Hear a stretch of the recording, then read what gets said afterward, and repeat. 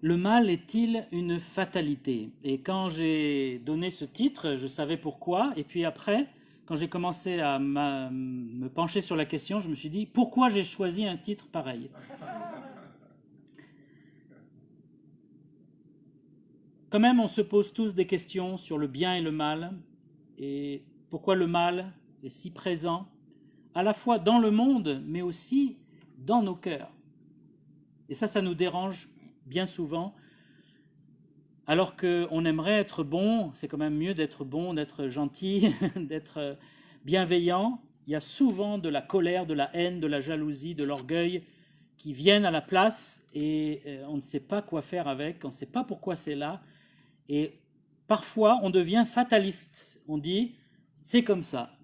Les hommes sont mauvais, le mal est partout, il faut vivre avec. Et on se fait une fatalité et c'est bien dommage. Pourquoi est-ce que c'est plus facile de faire du mal que de faire du bien, par exemple? Faire du mal, c'est très... Détruire, c'est d'une facilité. Et quand les enfants jouent à certains jeux de Lego, de construction, une pichenette et pff, tout est par terre, mais vous avez mis 30 minutes à le monter. Pareil dans les sociétés humaines, c'est tellement facile de créer une guerre, de diviser un couple, de diviser un groupe. C'est tellement compliqué de garder une unité. L'amour. Pourquoi est-ce que c'est comme ça? Quand j'étais au lycée, j'ai lu ce livre qui s'appelle Les Fleurs du Mal. Je ne sais pas si vous l'avez lu aussi, c'est un recueil de poèmes de Charles Baudelaire.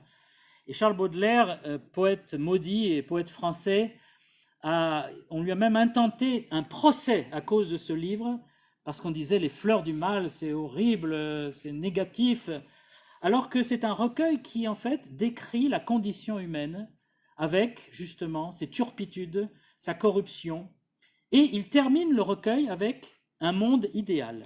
Donc Baudelaire était à la recherche d'un monde idéal. Et j'ai beaucoup lu les poètes quand j'étais jeune parce que ils avaient une sensibilité qui me touchait directement.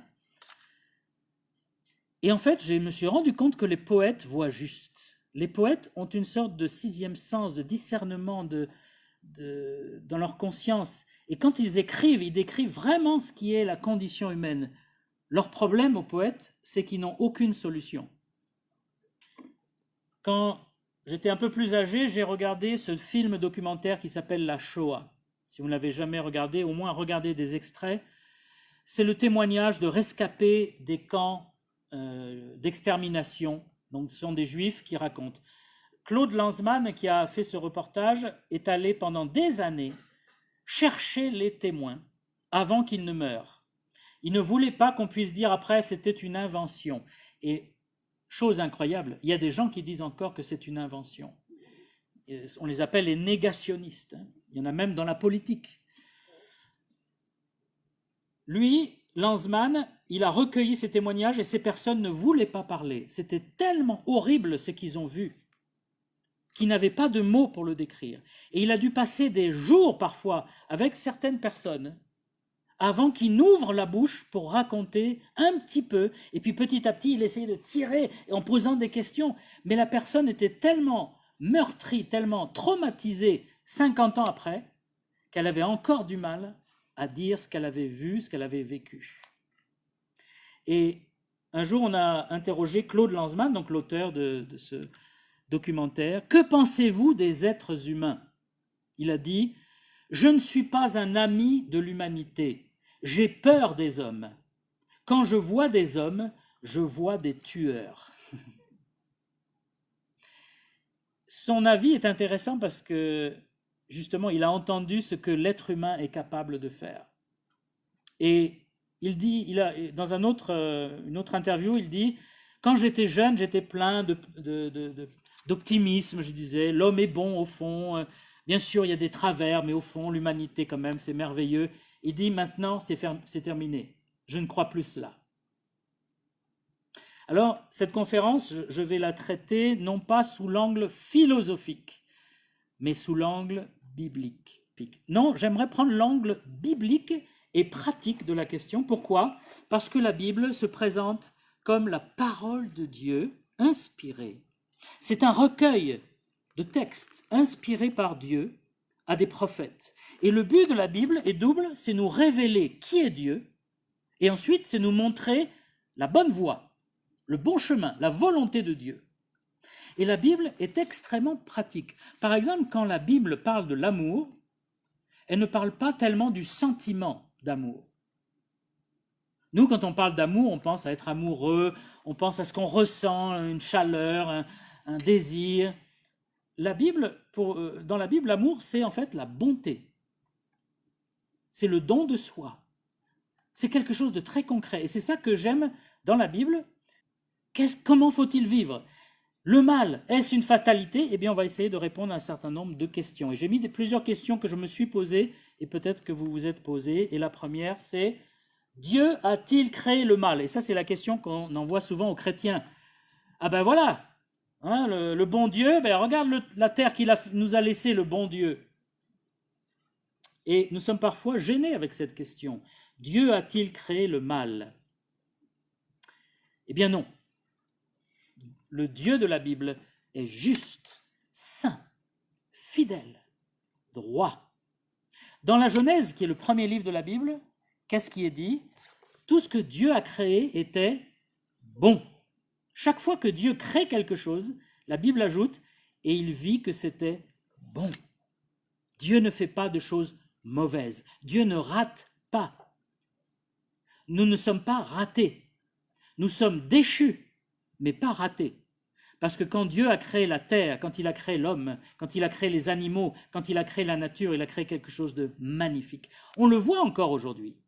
Vous regardez le corps humain, c'est une machine d'une complexité phénoménale. Vous regardez la symbiose dans une forêt entre les arbres, les animaux, les rongeurs, les oiseaux, les insectes. Tout est en symbiose, tout est en organisation. C'est presque, et certains vont jusqu'à dire que la terre elle-même est un être vivant.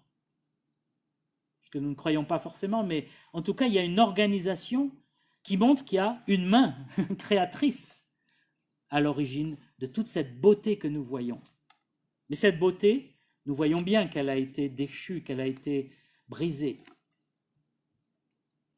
La Bible dit, Lévitique 19, Dieu dit à Moïse, tu leur diras, soyez saints, car je suis saint, moi, l'Éternel, votre Dieu.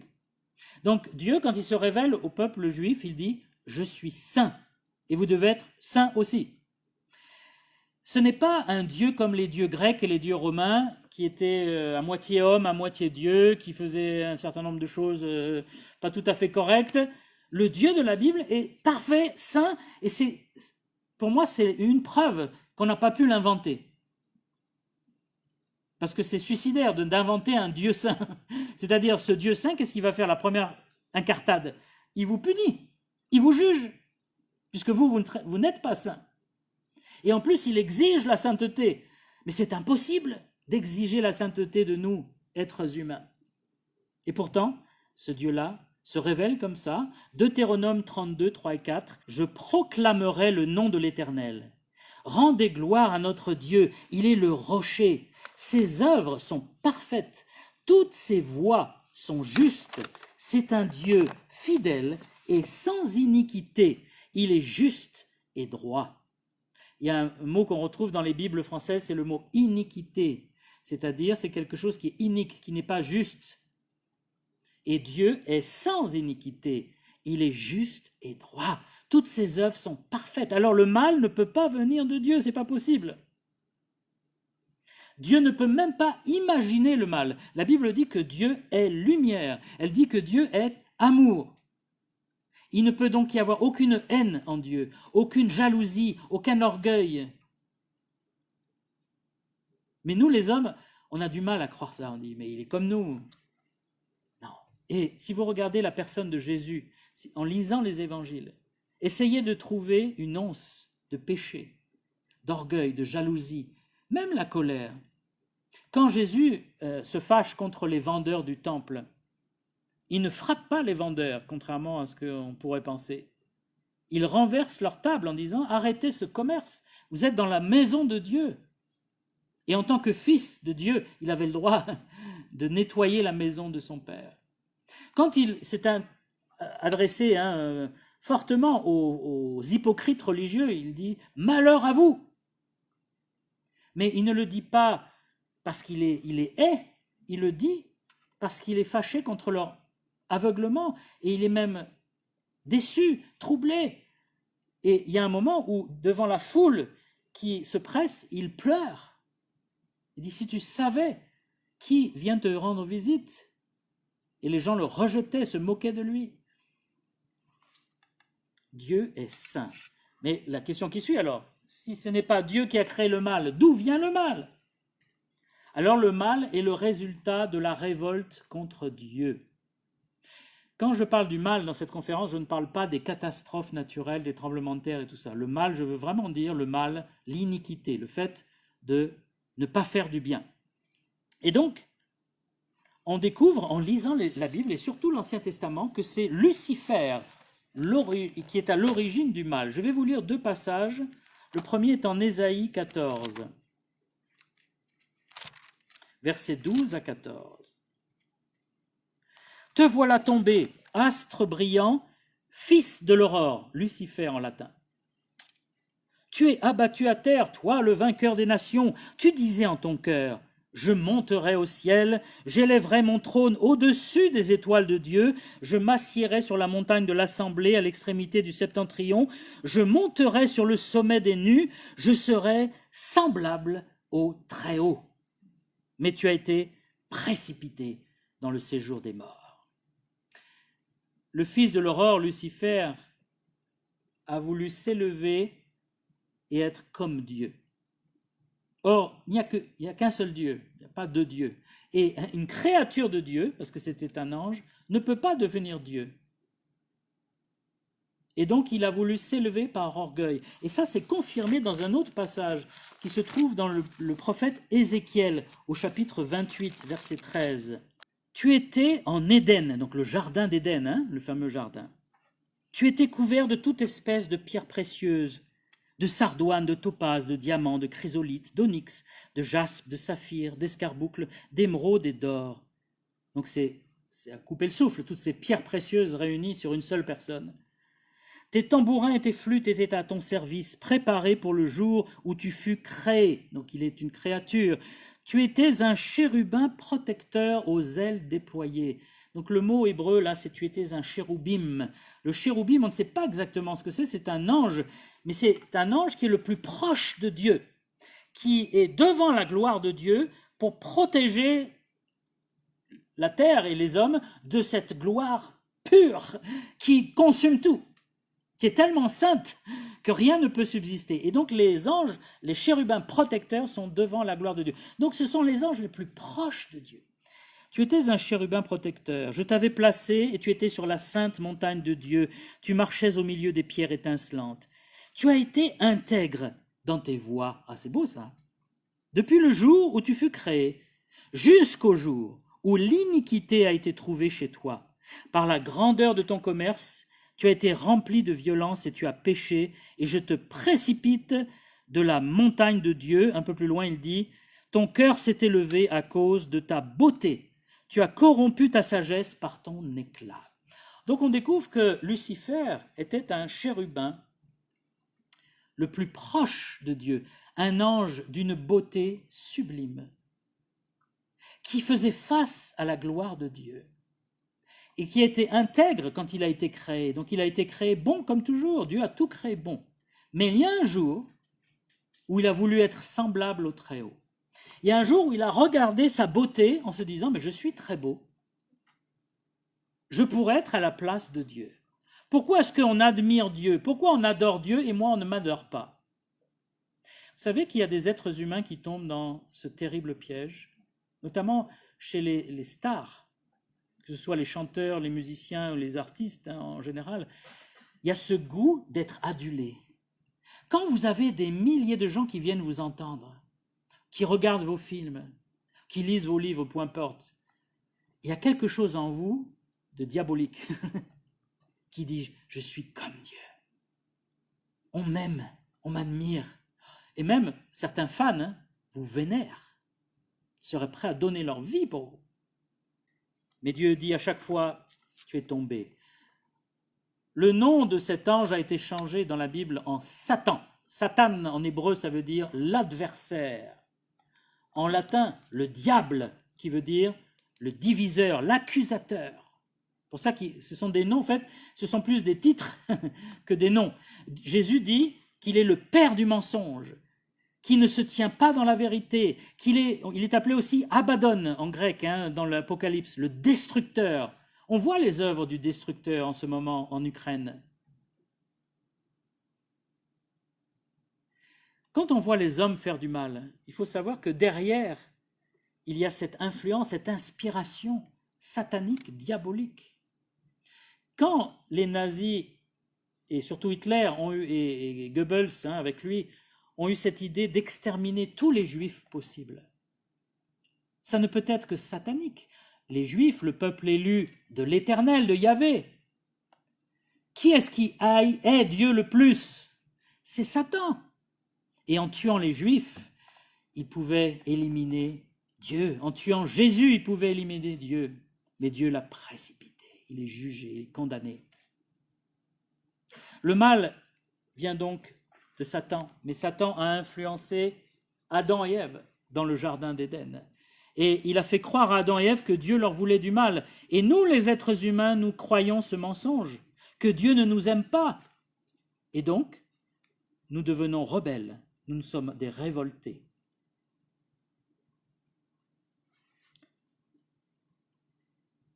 Et c'est à cause de cette révolte que tous les maux de la terre surviennent. Les guerres, la corruption, les meurtres, les vols, les mensonges. Tout ça, ça vient de la révolte contre Dieu. Mais devant tant de mal, on se pose la question, est-ce que Dieu est dépassé? Cette question qui revient souvent. Si Dieu est bon, si Dieu est fort, si Dieu est tout-puissant, pourquoi laisse-t-il le mal? Pourquoi laisse-t-il Satan faire son œuvre d'horreur? Pourquoi est-ce qu'il ne juge pas? Et c'est vrai, c'est une question tout à fait juste à poser. La réponse ne nous arrange pas tellement. On n'aime pas trop la réponse. Vous allez voir. D'abord, Dieu est miséricordieux et patient. Il n'est pas dépassé par le mal. S'il ne juge pas encore, c'est parce qu'il est miséricordieux. Dieu se révèle dans la Bible, je vous ai lu tout à l'heure, comme le juste, le saint, le droit. Mais il est aussi le Dieu de miséricorde. La miséricorde, c'est quoi? C'est tout simple. C'est de ne pas punir quelqu'un selon ce qu'il mérite. Tout simplement. C'est ça la miséricorde. Vous devriez punir la personne, mais vous ne la punissez pas. Et Dieu est miséricordieux. Il ne veut pas nous punir parce qu'il nous aime. S'il nous a créés, c'est par amour. Il ne va pas nous détruire, ce n'est pas son but dans la vie. Donc il est miséricordieux et il est patient. Qu'est-ce qu'il est patient? Nous n'avons aucune patience. Si nous étions Dieu, si nous étions le ministre de la justice de Dieu, il n'y aurait plus de terre depuis longtemps. On aurait rasé tout le monde, on aurait détruit tous les peuples, tous ceux qui ne sont pas d'accord avec nous déjà. Dieu réserve son jugement pour une heure précise. Il y a un jour où Dieu va juger le monde. Alors pourquoi je vous montre Charles Pasqua, ministre de l'Intérieur? C'était sous le président Jacques Chirac.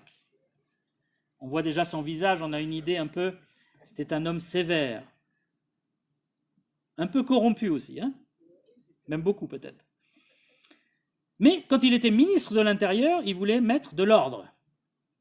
Et il s'est intéressé à son île natale, la Corse. En Corse, la mafia est grandissante, elle ne cesse de s'étendre et d'essayer de prendre toujours plus d'argent et de pouvoir. Mais Charles Pasqua a décidé de mettre un terme, un coup d'arrêt à la mafia corse, et la mafia italienne, etc. Et donc, il a dit, puisqu'on ne peut pas les prendre sur le fait, ils sont très malins, ils passent de la drogue en douce, des cigarettes, de l'alcool, etc. Il dit, on va les prendre au portefeuille, on va regarder leur déclaration d'impôt, on va voir qu'ils sont sans revenus, mais qu'ils roulent en Porsche et qu'ils ont des yachts de 30 mètres de long, et donc on va dire, monsieur, vous cachez de l'argent, c'est du blanchiment, et on va les mettre en prison. Et donc, tout le monde a applaudi. Mais, parce qu'il y a un mais, il a dit, je vais donc donner mes ordres aux inspecteurs des impôts de contrôler les déclarations d'impôts. Et là, tous les Corses se sont sentis visés. Parce que en France, c'est un sport national, hein, beaucoup trichent sur leurs impôts. Même à petit niveau. Et ils ont commencé à faire des manifestations, en disant non, non, c'est pas bien, il faut pas. Ils n'ont pas dit pourquoi, mais il faut pas faire ça. Et finalement, il a reculé, il n'a jamais été jusqu'au bout de sa décision, malheureusement. Pourquoi j'utilise cette histoire? C'est parce que nous voulons que Dieu juge. Il faut qu'il juge les criminels, les pédophiles, les meurtriers, les dictateurs. Oui, Dieu va les juger. Mais il va te juger toi aussi. Alors toi, tu n'es peut-être pas un dictateur, un criminel, parce que tu n'as pas eu l'occasion peut-être. Peut-être que tu n'as pas tué parce que tu n'as jamais eu d'arme entre les mains, mais tu aurais bien eu envie de tuer certaines personnes. Dieu t'a gardé en voiture d'écraser des gens, mais peut-être que tu les aurais écrasés si Dieu ne t'avait pas miraculeusement protégé, ou eux. Mais en tout cas, si Dieu se mettait à juger la terre, on y passerait tous. Et c'est pour ça que Dieu retient ce grand jour du jugement dernier. Il va y avoir un jour du jugement dernier, mais il veut nous laisser encore du temps de nous repentir. Et c'est la miséricorde de Dieu. La Bible dit, le Seigneur ne tarde pas dans l'accomplissement de la promesse du retour de Jésus-Christ, du jugement, comme quelques-uns le croient, mais il use de patience envers vous, ne voulant qu'aucun périsse, mais voulant que tous arrivent à la repentance. On voit l'amour de Dieu. Il veut que tous arrivent. Donc il laisse une chance à tout le monde, même aux pires dictateurs, il leur laisse une chance. Il y avait cette femme aux États-Unis qui avait assassiné 3 personnes sous l'emprise de la drogue, et elle s'est retrouvée en prison et elle a été condamnée à mort. Et en prison, l'aumônier était un aumônier évangélique et il lui a parlé de l'évangile et elle est devenue chrétienne et ensuite elle a même épousé l'aumônier. Mais surtout, sa vie a tellement changé que tous ceux qui la côtoyaient, que ce soit les détenus, le personnel de garde pénitentiaire, les juges, tout le monde a dit mais cette femme, c'est une nouvelle personne, vraiment, ça n'a rien à voir avec la meurtrière dont on nous parle. Et en fait, elle dit, j'étais sous l'emprise de la drogue, j'étais possédée par la drogue, mais au fond de moi, je ne suis pas une meurtrière. Mais elle dit, et c'est ça qui était fort, on en avait même parlé en France, elle a dit, j'accepte la peine de mort parce que je mérite la mort pour mes crimes. Si le gouverneur veut me gracier, je serai heureuse parce que j'ai une nouvelle vie qui m'attend avec mon mari et je suis une chrétienne, j'aimerais faire du bien et réparer un peu le mal que j'ai fait. Mais si vous me condamnez, j'accepte le verdict. Et elle a été condamnée. Le gouverneur a refusé la grâce. Mais Dieu est encore plus miséricordieux. Il veut faire grâce à tous. Il offre un moyen de salut à tous, même les pires meurtriers. Cette femme a été sauvée par Dieu.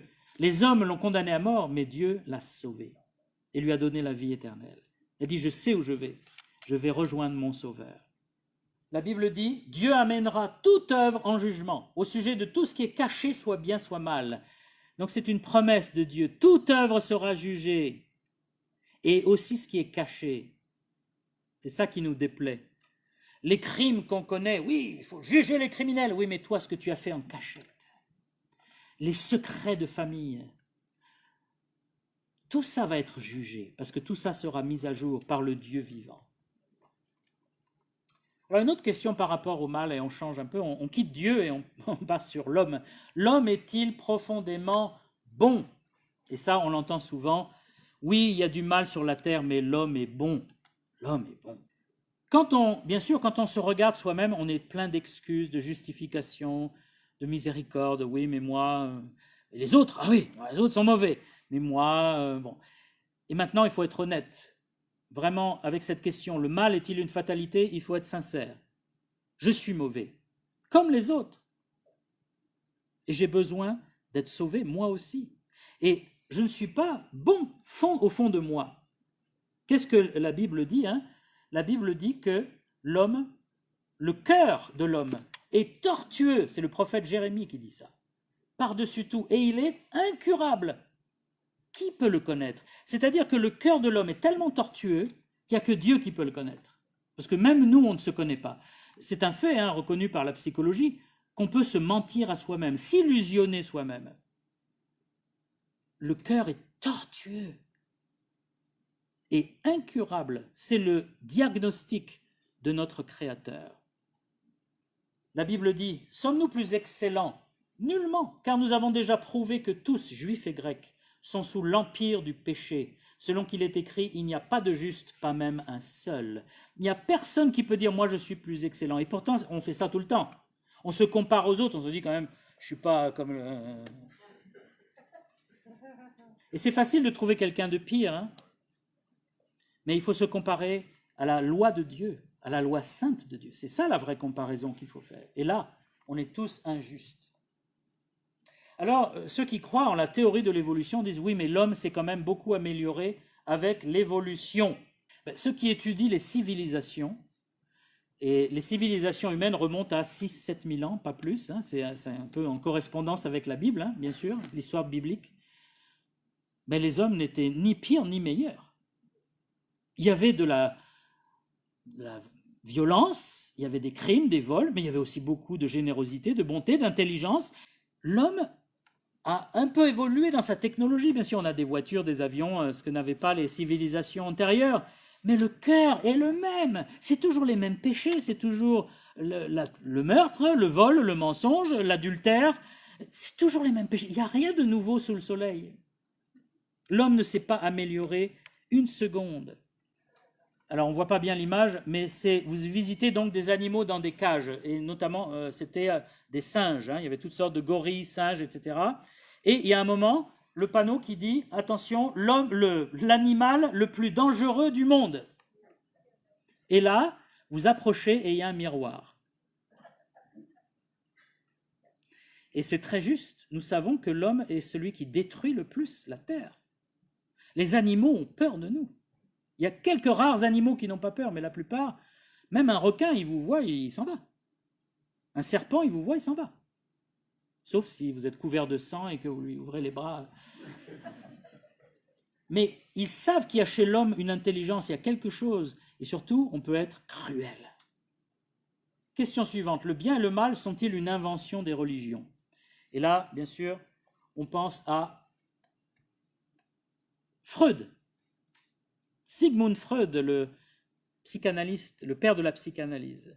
Selon lui, c'était un juif qui a renié le judaïsme et la Bible. Selon lui, c'est la religion et la Bible en particulier qui ont inventé le mal et qui ont troublé et traumatisé les gens. Donc si tu arrives à vaincre cette idée que tu es mauvais par rapport à Dieu et à la Bible, tu seras libre et tu seras heureux. Alors trouvez-moi des gens, des psychanalystes parfaitement heureux et épanouis. J'en connais pas. Pourquoi? Parce qu'il y a quelque chose qui cloche dans cette théorie.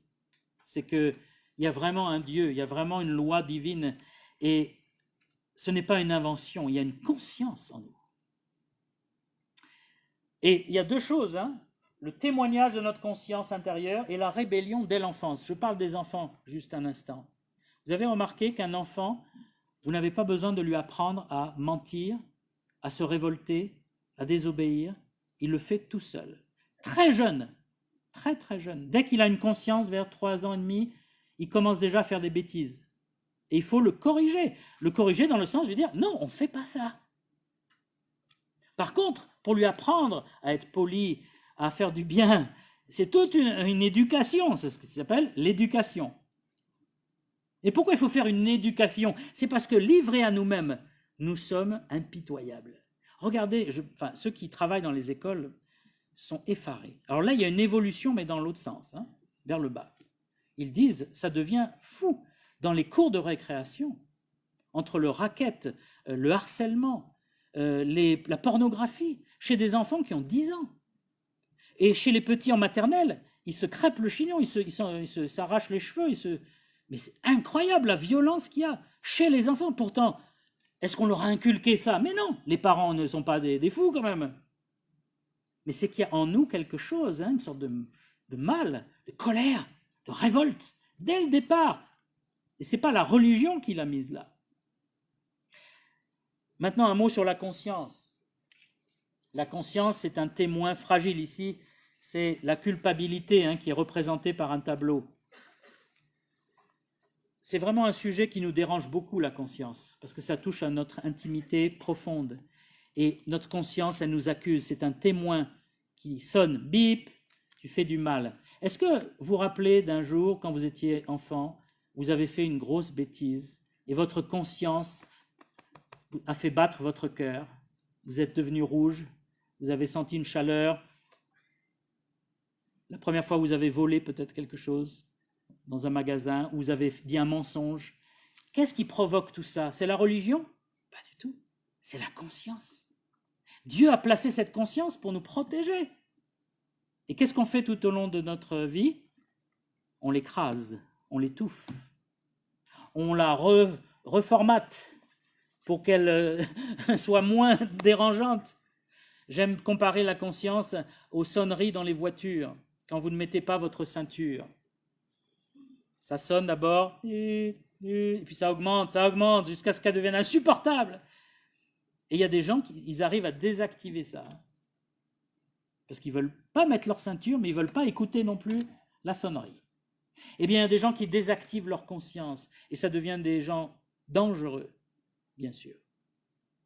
On sait que les psychopathes et les sociopathes sont des gens qui ont quasiment une conscience à zéro. La Bible dit qu'ils ont une conscience cautérisée, c'est-à-dire elle est brûlée. Elle ne répond plus, elle ne marche plus. C'est terrible. Il vaut mieux avoir une conscience très sensible, même si on se sent coupable, qu'une conscience brûlée. Et ça, c'est la preuve que ce n'est pas la religion qui nous a inculqué. La religion et la révélation, je dirais, biblique, est là pour nous dire, tu as une conscience, elle vient de Dieu, c'est Dieu qui l'a mise là, et tu dois l'écouter parce qu'elle va te mener à Dieu.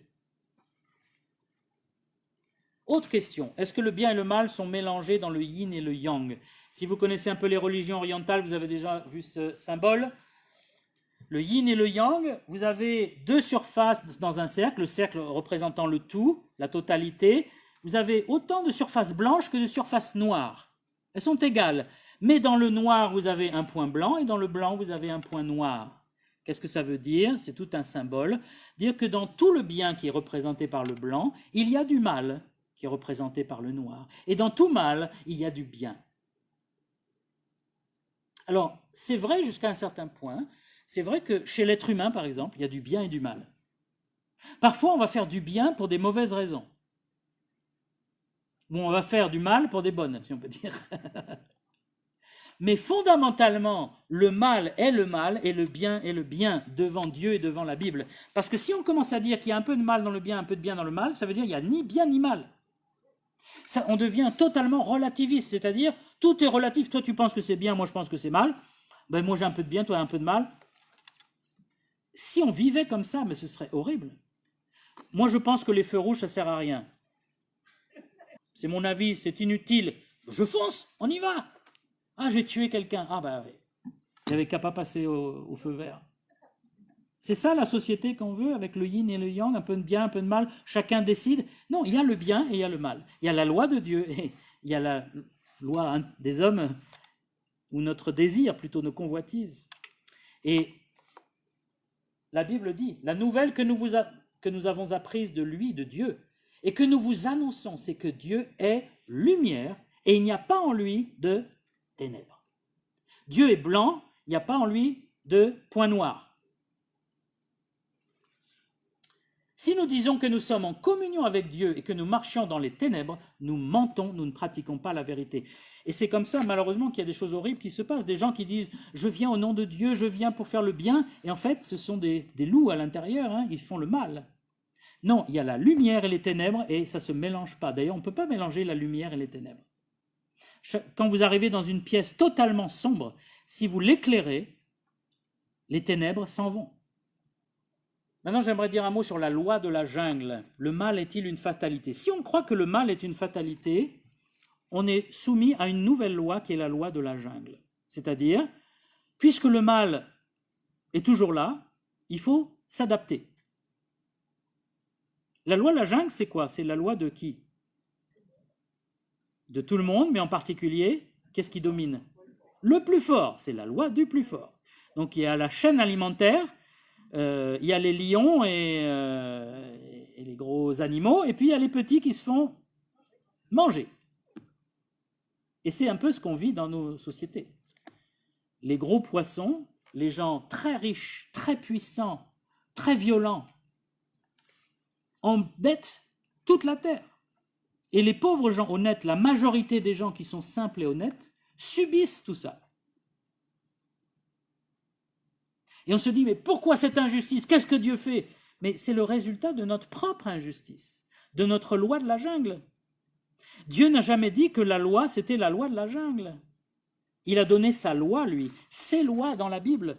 Mais ce n'est pas la loi de la jungle, ce n'est pas la loi du plus fort. Au contraire, c'est une loi équitable, juste.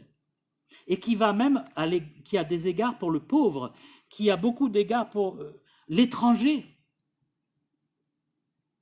Si vous lisez l'Exode, le Lévitique, le Deutéronome, ces livres qui décrivent la loi de Dieu.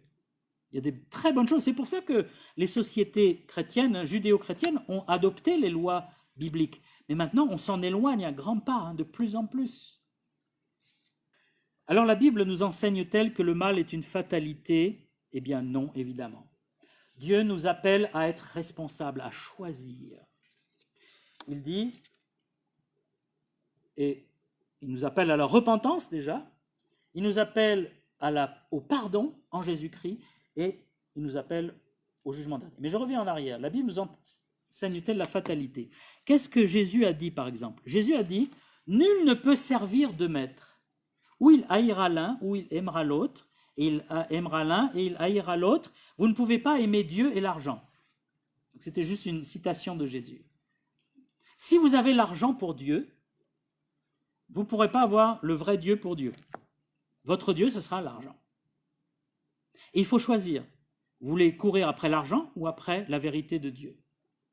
Et notre vie est faite de choix comme ça fondamentaux. Est-ce que je veux choisir le bien, d'aider, servir, ou je veux choisir, moi, mon égoïsme, mon intérêt personnel? Est-ce que j'écrase les autres ou est-ce que je sers les autres? On a des choix permanents comme ça, que ce soit dans la société, au travail, dans le couple. Pourquoi beaucoup de couples ne vont pas bien? Parce qu'on ne met pas en pratique ce que Dieu dit, et donc c'est chacun pour soi. Et on maltraite l'autre. Jésus a dit, chacun est esclave de ce qui a triomphé de lui. Mais si le Fils de Dieu vous affranchit, vous serez réellement libre. Ça, c'est un verset qui m'a touché quand j'étais encore athée. Cette idée que tu es esclave de ce qui a triomphé de toi. Et dans ma conscience, il y avait plein de choses qui avaient triomphé de moi. Je le savais. J'avais des addictions.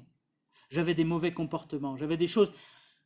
Au fond de moi, j'avais un idéal. Je disais, oh, quand même, tu pourrais faire mieux.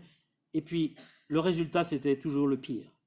Je ne choisissais pas le bien. Et je me sentais vraiment de plus en plus coupable et impuissant devant ce mal qui me rongeait. J'étais esclave de ce qui avait triomphé de moi. Et j'avais besoin qu'on m'affranchisse, qu'on me libère. Josué, qui s'adresse au peuple d'Israël, « J'ai mis devant toi la vie et la mort. Choisis la vie afin que tu vives. » Ça, c'est la Bible. Choisis la vie. Il faut choisir un moment. Les gens ne deviennent pas mauvais par génétique. On n'est pas né tueur en série, on n'est pas né menteur. Non, on est né pécheurs, tous, ça c'est sûr. Mais après, on fait quand même des choix. Ce qui est frappant, c'est que vous avez des gens dans les cités, par exemple, on parle toujours des cités, qui deviennent des gars honnêtes, droits, travailleurs, qui réussissent bien dans leur vie. Et vous avez des gens qui sont nés à Neuilly ou dans le 16e ou à Versailles, qui sont des escrocs, des corrompus. Ça n'a rien à voir avec là où vous êtes nés, là où vous avez été éduqués. Même, il y a des gens, ils ont eu une très mauvaise éducation, ils sont devenus des gens très bien. Et il y en a, ils ont eu une famille merveilleuse, et ils deviennent des criminels. Pourquoi? Parce qu'il y a des fois où ils ont fait des mauvais choix, ils ont pris le mauvais embranchement. Volontairement, ils ont eu ce choix, ils ont pris le mauvais choix. Et donc, quelle est la solution de Dieu au mal? La première chose, c'est l'appel à la repentance.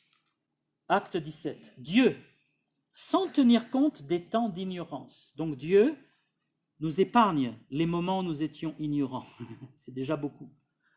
Annonce maintenant à tous les hommes, en tout lieu, qu'ils aient à se repentir, parce qu'il a fixé un jour où il jugera le monde par celui qu'il a désigné, Jésus-Christ. Il appelle tous les hommes en tout lieu, tous ceux qui sont ici dans cette église, il nous appelle à nous repentir. Tous ceux qui sont à Paris, qui sont en France, qui sont dans le monde, Dieu nous appelle à nous repentir, à nous tourner vers lui, à nous détourner du mal. C'est un choix à faire. Un choix qui va déterminer le reste de votre vie et de votre éternité. Parce qu'il a fixé un jour, vous vous rappelez, il va y avoir un jugement. Et Jésus-Christ sera le juge à ce moment-là. Il est le sauveur maintenant, mais il sera le juge quand il reviendra. Si vous n'êtes pas prêt à rencontrer Dieu, il faut se repentir aujourd'hui. Mais Dieu ne nous laisse pas juste en disant « repens-toi et puis débrouille-toi ».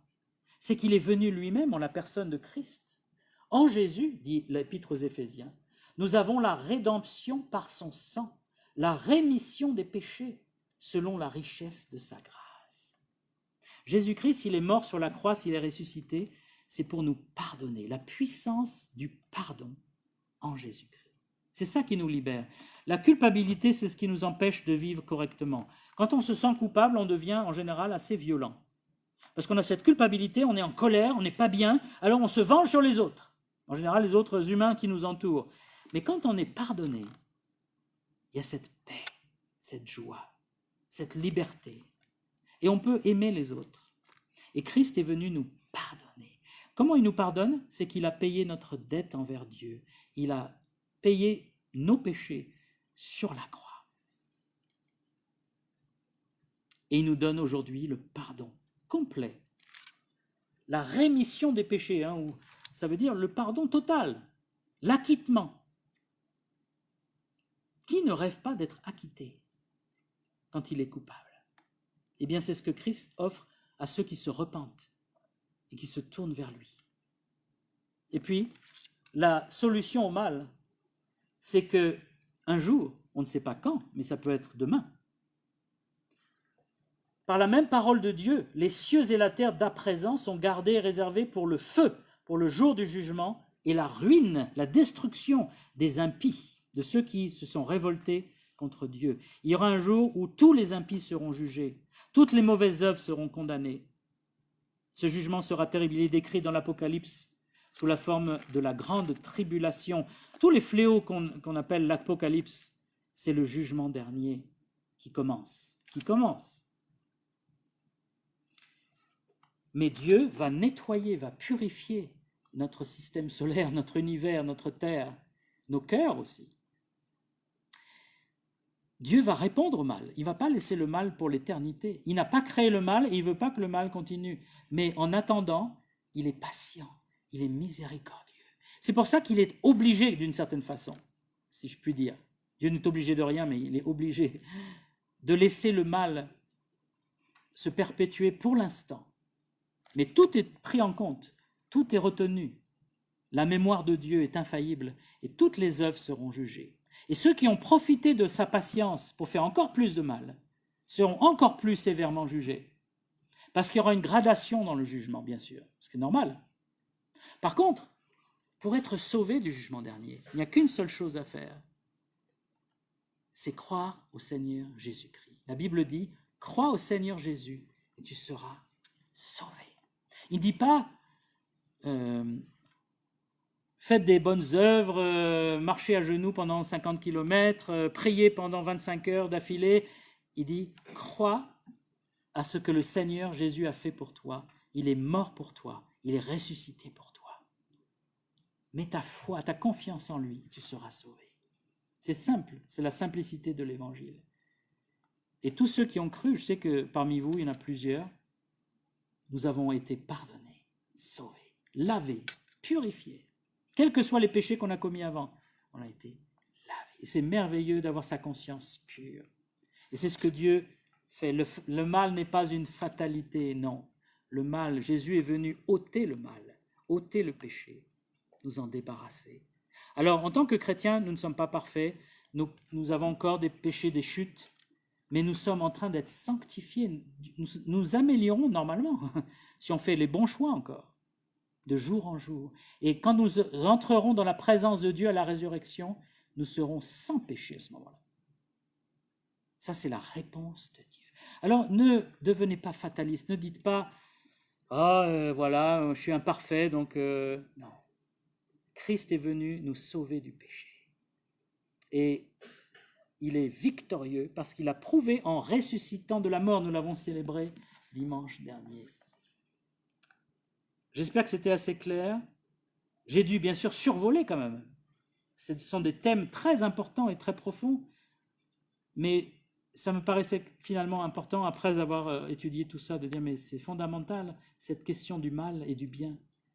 Et Jésus est venu nous sauver du mal et nous montrer la voie et nous aider à marcher dans le bien parfait, le bien de Dieu.